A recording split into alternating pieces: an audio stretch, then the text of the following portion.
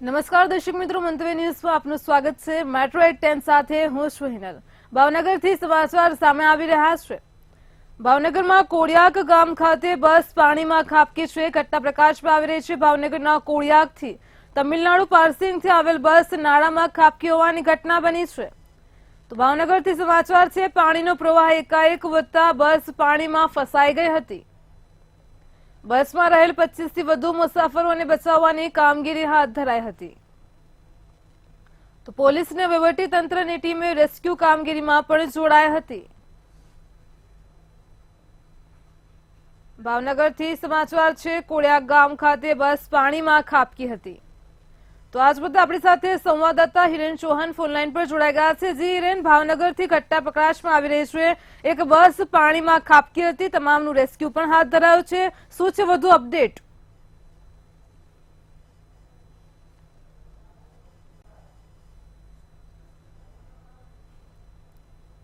તો પોલીસ ને વહીવટી તંત્રની ટીમે રેસ્ક્યુ કામગીરીમાં જોડાઈ હતી। ભાવનગરથી સીધા દ્રશ્યો સામે આવ્યા છે। કોડિયાક ગામ ખાતે બસ પાણીમાં ખાબકી હોવાની ઘટના બની છે। આજ મુદ્દે આપણી સાથે ભાવનગરથી સંવાદદાતા હિરેન ચૌહાણ ફોનલાઈન પર જોડાઈ ગયા છે। જી હિરેન, સમાચાર પ્રકાશમાં આવ્યા છે, બસ પાણીમાં ખાબકી છે, વહીવટી તંત્ર પણ ખડે પગે છે, શું છે વધુ અપડેટ? જી ચોક્કસ જણાવ્યું તો ભાવનગર જિલ્લાનું જે ઘોઘા તાલુકામાં નિષ્કલંક મહાદેવ જે મંદિર આવેલું છે ત્યાં આગળ તમિલનાડુ પાસિંગની એક બસ છે તે શ્રદ્ધાળુઓ દર્શન કરવા આવ્યા હતા। દર્શન કરી જે પરત ફરતી વખતે આ જે બસ છે તે કોડિયાકના જે નાળો છે ત્યાં આગળ ભારે પાણીના વેલમાં ફસાઈ હતી, જેને લઈને કહી શકાય કે 25 કરતા વધારે શ્રદ્ધાળુઓ છે તે બસની અંદર ફસાયા હતા। પરંતુ સ્થાનિક તંત્ર અને વહીવટી તંત્ર અને સ્થાનિક લોકોની મદદથી 25 જે મુસાફરો છે તેમનો રેસ્ક્યુ કરી નાખવામાં આવ્યું છે। હાલ તમામ શ્રદ્ધાળુઓ છે તેનું સ્થળાંતર કરીને તેમને સારવાર આપવામાં આવી રહી છે। પરંતુ જે રીતના પાણીનો વેવ છે તે ખૂબ જ વધી રહ્યો હતો, પરંતુ જે બસ ડ્રાઈવર છે તેમને જે નાળો છે તે પસાર કરવાની કોશિશ કરી હતી, તેને લઈને આજે દુર્ઘટના તે સર્જાઈ હતી। જી હિરેન, સમગ્ર માહિતી બદલ આપનો આભાર। તો રાજ્યમાં વરસાદી માહોલ છે। ભાવનગરમાં પણ નદી નાળા છલકાયા છે। તે વચ્ચે ડ્રાઈવર દ્વારા નદી નાળાને ક્રોસ કરવાનો પ્રયાસ કરાયો હતો, તે દરમિયાન દુર્ઘટના ઘટી હતી।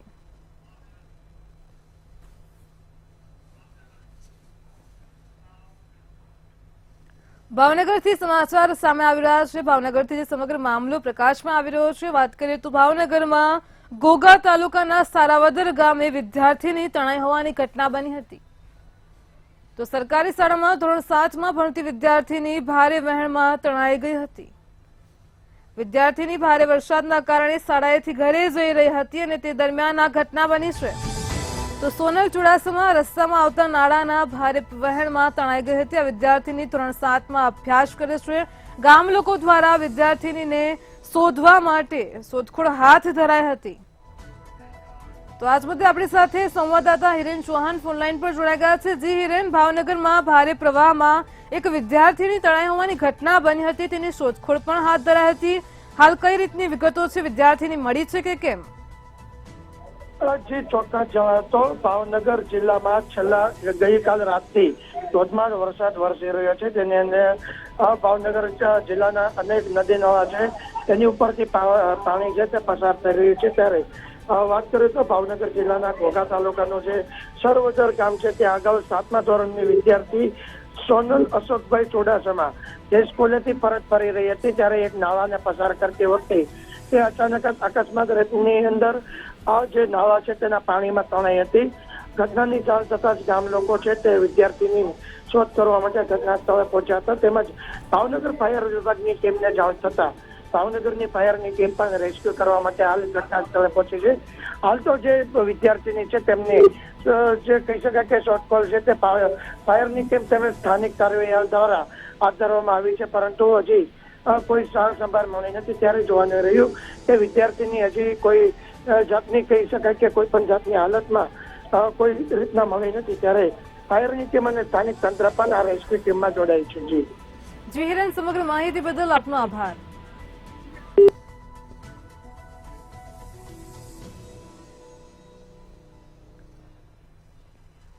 વડોદરામાં વાવાઝોડા સાથે ધોધમાર વરસાદ જામ્યો હતો. સમાચાર સામે આવી રહ્યા છે વડોદરાથી. વડોદરામાં મેઘરાજાનું ધોધમાર પવન સાથે આગમન થયું હતું તો વરસાદની ધમાકેદાર એન્ટ્રી થઈ હતી. 30 કિલોમીટરની પવનની ગતિએ ધોધમાર વરસાદ વરસ્યો હતો. ગઈકાલે રાત્રે જ 110 કિલોમીટરની ઝડપે વડોદરામાં વાવાઝોડું આવ્યું હતું. ત્યારે વાવાઝોડા અને વરસાદથી વડોદરાવાસીઓ મુશ્કેલીમાં મુકાઈ ગયા છે. ઠેર ઠેર નીચાણવાળા વિસ્તારમાં વરસાદી પાણી ભરાયા છે. વીજ પુરવઠો પણ ખોરવાઈ ગયો છે તો અનેક ઝાડ સાથે હોર્ડિંગ્સ પણ ધરાશયી થવાની ઘટનાઓ એક પછી એક પ્રકાશમાં આવી રહી છે. તો વડોદરા શહેરમાં વરસાદની ધમાકેદાર એન્ટ્રી જોવા મળી રહી છે.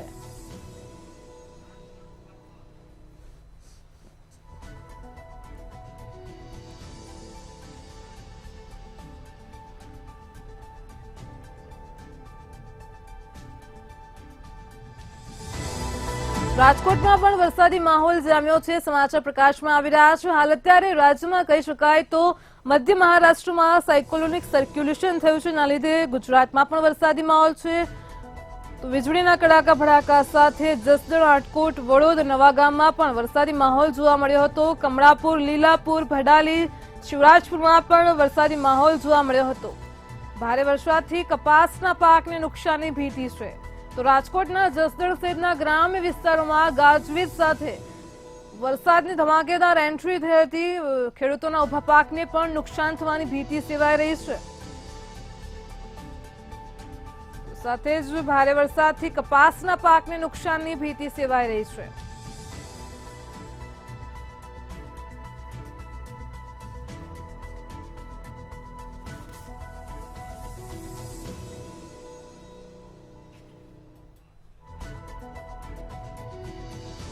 અમદાવાદ ગ્રામ્યમાં પણ વરસાદી માહોલ જોવા મળ્યો છે. સમાચાર સામે આવી રહ્યા છે. અમદાવાદથી હવામાન વિભાગની આગાહી છે તે અનુસાર આગામી 3 દિવસ પણ હજુ રાજ્યમાં ભારેથી અતિભારે વરસાદ વરસશે. તો ધોળકા સહિતના ગ્રામ્ય વિસ્તારોમાં વરસાદી માહોલ જામ્યો છે. હવામાન વિભાગની આગાહીના પગલે વરસાદી માહોલ જોવા મળ્યો છે. વરસાદ વરસવાથી વાતાવરણમાં ઠંડક પ્રસરી છે. તો હવામાન વિભાગે આગાહી કરી છે તે અનુસાર ગ્રામ્ય વિસ્તારોમાં વરસાદી માહોલ જોવા મળ્યો છે. ધોળકા અને ગ્રામ્ય વિસ્તારમાં પવન સાથે વરસાદ વરસ્યો છે. બજાર વિસ્તારમાં પણ પાણી ભરાયા હોવાના દ્રશ્યો સામે આવ્યા છે. અમદાવાદના ગ્રામ્ય પંથકોમાં વરસાદી માહોલ જામ્યો છે. ઉલ્લેખનીય છે કે ભારે બફારાની વચ્ચે વરસાદ વરસતા વાતાવરણમાં પણ ઠંડક પ્રસરી છે. લોકોને ગરમીથી રાહત મળી છે.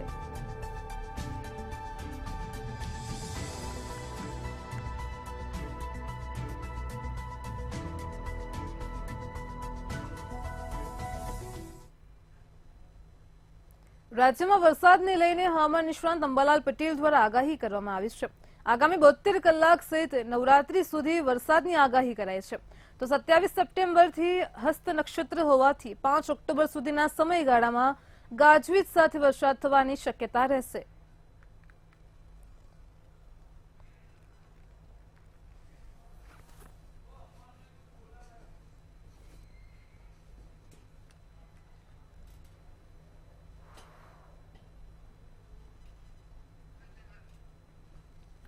તો નવરાત્રીમાં પણ વરસાદનું વિઘ્ન જોવા મળી શકે છે. હવામાન નિષ્ણાંત અંબાલાલ પટેલે આગાહી કરી છે. નવરાત્રીમાં પણ આ વર્ષે વરસાદ વિઘ્ન બનશે. રાજ્યના અનેક ભાગોમાં ભારે વરસાદની આગાહી વ્યક્ત કરાઈ છે. તો રાજ્યમાં 10 ઇંચ સુધીનો વરસાદ પડી શકે તેવી શક્યતા છે.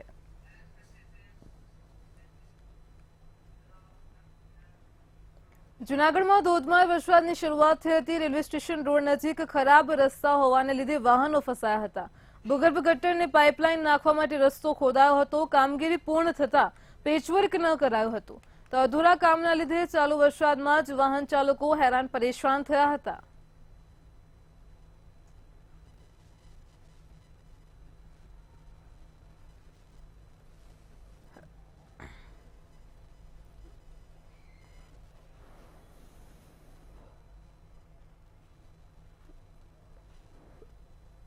શરૂ થયો છે તો બીજી તરફ મહાનગરપાલિકા દ્વારા જે ખોદકામ કરવામાં આવ્યું છે ને તે કામગીરી ફરી સમારકામ નહીં કરવામાં આવતા એક કાર છે તે ચાલુ વરસાદમાં ફસાઈ છે. આ જે દ્રશ્યો જોઈ શકો છો કે આ જે રેલવે સ્ટેશન જવાનો જે માર્ગ છે અને ત્યાં જે મહાનગરપાલિકા દ્વારા જે રસ્તાઓ છે તે તોડવામાં આવ્યા હતા આ ભૂગર્ભ ગટર અને અન્ય પાઇપલાઇનની કામગીરી માટે, અને બાદમાં તે કામગીરી છે તે એમને એમ રાખી દેવામાં આવી, ફક્ત છે તે માટી નાખી દેવામાં આવી હતી, ને જેના કારણે એક જે કાર છે તે અહીં ફસાઈ છે આ વિસ્તારમાં. આ કાર છેલ્લા 1 કલાકથી ફસાઈ છે, પરંતુ હાલ હજુ સુધી મહાનગરપાલિકાનું કોઈ તંત્ર અહીં નથી પહોંચ્યું. બીજી તરફ જુનાગઢ શહેરમાં અવિરત મેઘમહેર છે તે જોવા મળી રહી છે. અમાર બખાઈ, મંતવ્ય ન્યૂઝ, જુનાગઢ. ભાવનગર વાસીઓ બિસ્માર રોડ રસ્તાને પગલે હેરાન પરેશાન થઈ રહ્યા છે. ભાવનગર મહાનગરપાલિકામાં અગાઉ 138 રોડને બિસ્માર જાહેર કર્યા હતા, ત્યારે નબળી કામગીરીના રિપોર્ટિંગને લઈને તેને રિપેરિંગ કરવા માટે પણ અનેક નોટિસો પાઠવી હતી. વધુ એકવાર સર્વેમાં 200 જેટલા રોડ બિસ્માર નોંધાયા છે. હવે આ રોડ પૈકી 41 કોન્ટ્રાક્ટરને ગેરંટી પીરિયડને કારણે નોટિસ આપી છે, તેમ છતાં પણ રિપેરિંગ થઈ નથી. રિપેરિંગ કરવા માટે આદેશ આપ્યા છે, ત્યારે હવે રોડ રિપેર કરવા માટે મનપા લાખો રૂપિયા બગાડી રહી છે. કમિશનરશ્રી દ્વારા પણ એક અલગ ટીમ બનાવવામાં આવી છે. આ ટીમ પણ સર્વે કરી રહી છે. આ 200 રોડ પૈકી અત્યારે હાલમાં 41 રોડોને રિપેરિંગ કરવા માટેની નોટિસ આપવામાં આવી છે. તાત્કાલિકના ધોરણે જ્યાં પણ નાના મોટા ડેમેજ થયેલા છે ચોમાસા દરમિયાન પાણીના કારણે એ રોડો તાત્કાલિક ધોરણે રિપેર કરવામાં આવશે. ભાવનગરના રોડ એટલે હું એવું માનું ગુજરાતમાં ભ્રષ્ટાચારી રોડમાં રોડ ગણાય તો ભાવનગરના રોડ છે. 82 લાખ રૂપિયા સરકારે વાપ્યા, ફક્ત પરેજી પાડળી દીધી એટલે રિપેરિંગ કામ થઈ ગયું. અને ખાસ મહત્વની વાત એ છે કે બધાય કોન્ટ્રાક્ટર ભારતીય જનતા પાર્ટીના છે. વન પર્યાવરણ રાજ્યમંત્રી મુકેશભાઈ પટેલની અધ્યક્ષતામાં ઓલપાડ સ્થિત જીન કમ્પાઉન્ડ ખાતે નમો દીદી ડ્રોન યોજના અંતર્ગત ડ્રોન પાયલટ તાલીમ કાર્યક્રમ યોજાયો હતો. આ પ્રસંગે મંત્રી મુકેશભાઈ પટેલે જણાવ્યું હતું કે મહિલા સશક્તિકરણ માટે વડાપ્રધાને નમો ડ્રોન દીદી યોજના અમલી બનાવી છે. મહિલાઓને સન્માન મળે તેના માટે નમો ડ્રોન દીદી નામ આપવામાં આવ્યું છે.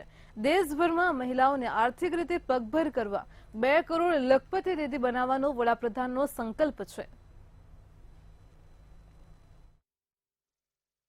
હું નમો ડ્રોન દીદી દ્વારા નમો ડ્રોન દીદી યોજના અંતર્ગત મેં ડ્રોનની તાલીમ મેળવી છે. 15 દિવસની મારી તાલીમ હતી. તાલીમમાં હું સક્સેસફુલ થઈ છું અને આજે મને ડ્રોન મળ્યું છે. હું દરેક ગામડામાં સ્પ્રે કરવા માટે જઈ રહી છું. આશરે મેં 450 એકર જેટલો સ્પ્રે કર્યો છે. એનાથી મારી આવક 4,50,000 જેટલી થઈ ચૂકી છે. એટલે હું દરેક નમો ડ્રોન દીદી યોજના અંતર્ગત દરેક સખી મંડળને વિનંતી કરું છું કે તમે પણ આ યોજનાનો લાભ મેળવો અને આગળ વધવાનો પ્રયત્ન કરો. સુરતમાં આંતરરાષ્ટ્રીય હિન્દુ પરિષદ અને બજરંગ દળ દ્વારા પત્રકાર પરિષદનું આયોજન કરવામાં આવ્યું હતું. નવરાત્રીમાં ટિકિટ ટ્રેકર, બાઉન્સરો સહિતમાં વિધર્મીઓને રાખનાર આયોજકોને ગરબા રમઝટની પરમિશન ન આપવા બાબતે અપીલ કરાઈ હતી. બજરંગ દળ દ્વારા છેલ્લા 3 મહિનાથી 400 જેટલી ટીમ બનાવવામાં આવી છે અને ગરબા આયોજકોને મળી વિધર્મીઓને પ્રવેશ ના આપવા માટે અપીલ કરાઈ છે. ગણેશ ઉત્સવમાં જે થયું એવું ન થાય.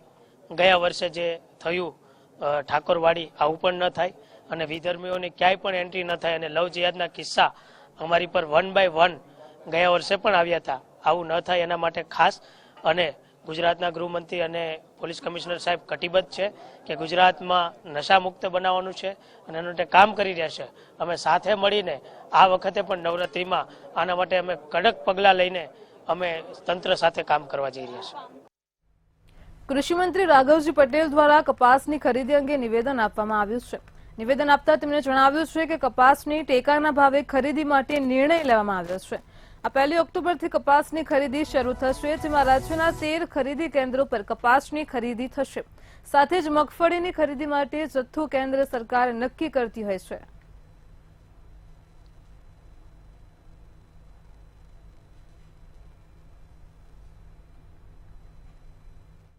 મુજબ 1 ઓક્ટોબરથી તેઓ લગભગ રાજ્યમાં 13 જેટલા કેન્દ્રો ખરીદી કેન્દ્રો શરૂ કરી અને કપાસની ખરીદી ટેકાના ભાવથી કરવાના છે. તો મગફળીની ખરીદી ટોટલ કેન્દ્ર સરકાર કરે છે અને કેન્દ્ર સરકાર માટે જે તે રાજ્યોને કેટલી મગફળી ખરીદવી એનો જથ્થો મંજૂર કરે છે.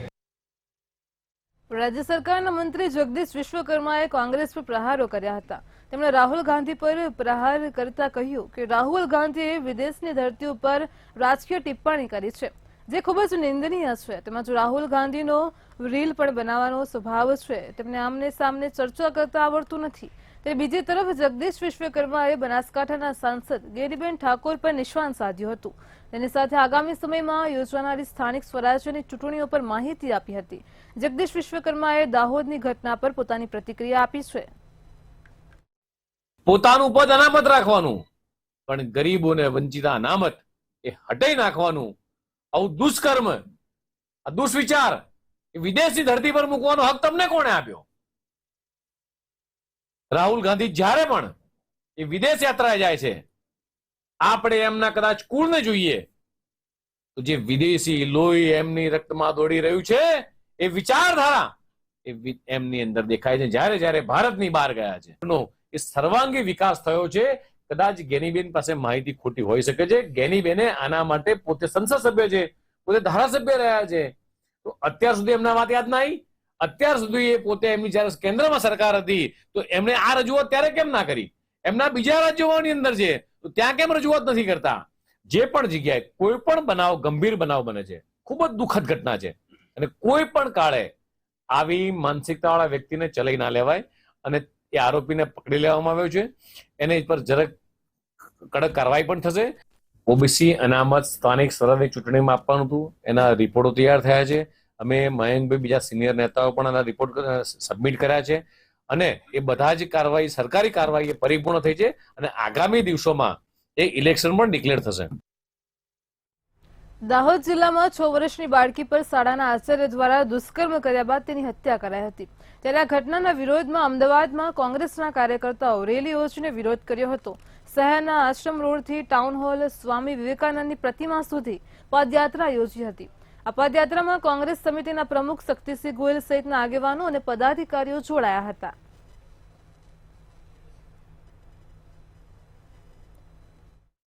ઇન્ડિયા ગ્રુપ કે કોંગ્રેસ શાસિત રાજ્યમાં ઘટના બને, ક્યાંય ન બનવી જોઈએ. તમામ ઘટનાઓ નિંદનીય છે, ક્યાંય પણ બને તો. પણ ક્યાંય બને તો ભાજપવાળા કેન્ડલ માર્ચ લઈને શેરીઓમાં નીકળી પડે તો આ 6 વર્ષની બક્ષી પંચની દીકરી એ શું આપણી ગુજરાતની દીકરી નથી? કેમ ભાજપવાળા મૌન છે? ત્યારે અમે આજે આ પીડિત પરિવારને ન્યાય મળે એટલા માટે અને આ 6 વર્ષની દીકરીને શ્રદ્ધાંજલિ આપવા માટે રેલી કાઢી હતી. માંગ કરી છે કે આવા નરાધમને ફાંસીથી નીચેની સજા ન હોઈ શકે. મર્ડર પણ કર્યું છે, પોસ્કો નીચેનો પણ ગુનો બને છે. ત્યારે આ નરાધમ કૃત્ય કરનારને ફાંસીની સજા થાય એવી અમે માંગ. વડાપ્રધાન નરેન્દ્ર મોદીના વ્યક્તિત્વ અને સિદ્ધિઓને લઈને પ્રદર્શન ખુલ્લું મુકાયું હતું વડોદરા ખાતે. પ્રદર્શન ખુલ્લું મૂકવામાં આવ્યું હતું વડોદરામાં શહેર ભાજપ દ્વારા.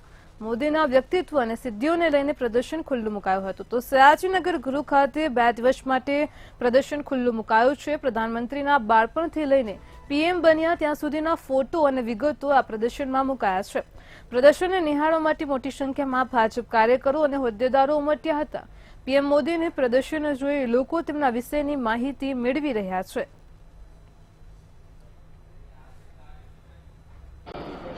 એમના જન્મદિવસ નિમિત્તે શરૂ થયેલું આ અભિયાન સેવા પખવાડિયું અને સેવાહી સંગઠનના માધ્યમથી સમગ્ર ભારતીય જનતા પાર્ટીનું સંગઠન અને ચૂંટાયેલી પાંખ જ્યારે કાર્ય કરી રહી છે ત્યારે તે અંતર્ગત આજે રાષ્ટ્રીય તથા પ્રદેશ આપણા નેતાઓની સૂચનથી એમના માર્ગદર્શન હેઠળ માનનીય વડાપ્રધાન શ્રીમાન નરેન્દ્રભાઈ મોદીજીના જીવન ઉપરની એક ચિત્ર પ્રદર્શનીનું આજે વડોદરા ખાતે આયોજન કરવામાં આવ્યું છે. સપ્ટેમ્બર માનનીય મોદી સાહેબના જન્મદિવસથી 2 ઓક્ટોબર ગાંધી બાપુના જન્મદિવસ સુધીના સેવા પખવાડિયામાં અલગ અલગ કાર્યક્રમોના ભાગરૂપે આજે માનનીય મોદી સાહેબના જન્મના સંદર્ભની એક ચિત્ર પ્રદર્શનીનું આયોજન કરવામાં આવ્યું છે. આજે અને આવતીકાલે 2 દિવસ ચાલુ રહેનારા આ પ્રદર્શનીમાં વડોદરા શહેરના કોઈપણ નાગરિક આ ચિત્ર પ્રદર્શની જોઈ શકે એમ છે. ભારતીય જનતા પાર્ટીના અમારા પ્રદેશના યશસ્વી અધ્યક્ષ માન્ય પાટીલ સાહેબે આ ચિત્ર પ્રદર્શનીમાં કયા પ્રકારના ચિત્રો હોવા જોઈએ કે જેનાથી કાર્યકર્તાઓને, જેનાથી સામાન્ય લોકોને આખા વિશ્વમાં જેમને વૈશ્વિક નેતા તરીકે પોતાની ઇમેજ ઊભી કરી છે, જેને કારણે ભારતના દરેક નાગરિકને ગૌરવ થાય છે.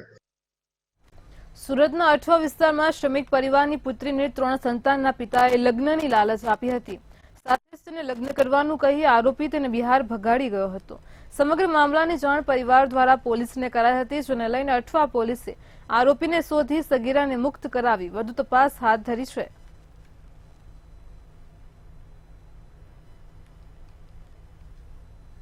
साल की बच्ची गायब थी, इसकी रिपोर्ट पुलिस स्टेशन में की गई तो वहाँ पे एफआईआर दर्ज किया गया और बाद में जब इन्वेस्टिगेशन किया तो पता लगा कि एक मोहम्मद जुनैद मोहम्मद मुस्लिम शेख, ये 28 साल का है, प्लम्बर का काम करता है, मैरिड है, 3 बच्चे हैं इसके और ये मूल रूप से दरभंगा बिहार का रहने वाला है. तो जब हमने टेक्निकल एनालिसिस किया तो उसमें इसके साथ बातचीत होना पाया गया और बाद में टीम रवाना की गई तो वो बच्ची को और आरोपी दोनों को दरभंगा बिहार से टीम लेके वापस आई है और अभी उसमें पॉक्सो की और दूसरी जो कलम है वो ऐड की गई है. आरोपी से अभी पूछताछ चल रही है. સુરતમાં નવરાત્રીની તૈયારીઓને આખરી ઓપ અપાઈ રહ્યો છે, જેને લઈને સુરત પોલીસ કમિશનર કચેરી ખાતે પોલીસ કમિશનરની અધ્યક્ષતામાં મીટિંગ યોજાઈ હતી. આ મીટિંગમાં આયોજકો ઉપરાંત શહેર પોલીસના અધિકારીઓ પણ જોડાયા હતા. નવરાત્રીના આયોજન સ્થળ પર ખેલૈયાઓની સુરક્ષા વ્યવસ્થાને લઈને વિવિધ મુદ્દાઓ પર ચર્ચા કરાઈ હતી.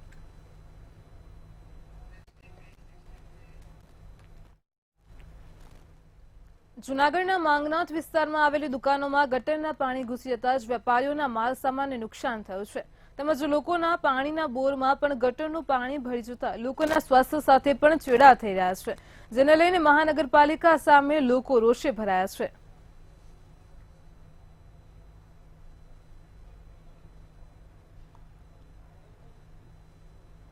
એટલે હું જાઉં વેપારી પ્રજા છીએ, અમારા પેટ ઉપર લાત પડે ને ત્યારે અમારી અંદરનો આક્રોશ ઠલવાતો હતો કે ભાઈ આ વસ્તુ તમે જોઈ શકો છો. આજે આ દુકાનોમાં પાણી સેલરમાં 1.5-2 ફૂટ અડધો ઇંચ જેટલો વરસાદ રાતના આવ્યો ને આ પાણી ઘરી ગયા. આજુબાજુના રહેવાવાળા લોકો છે એના ઘરમાં આખી રોડ ઉપર જેટલા રહ્યું બધાના બોરમાં આ ગટરના પાણી છે.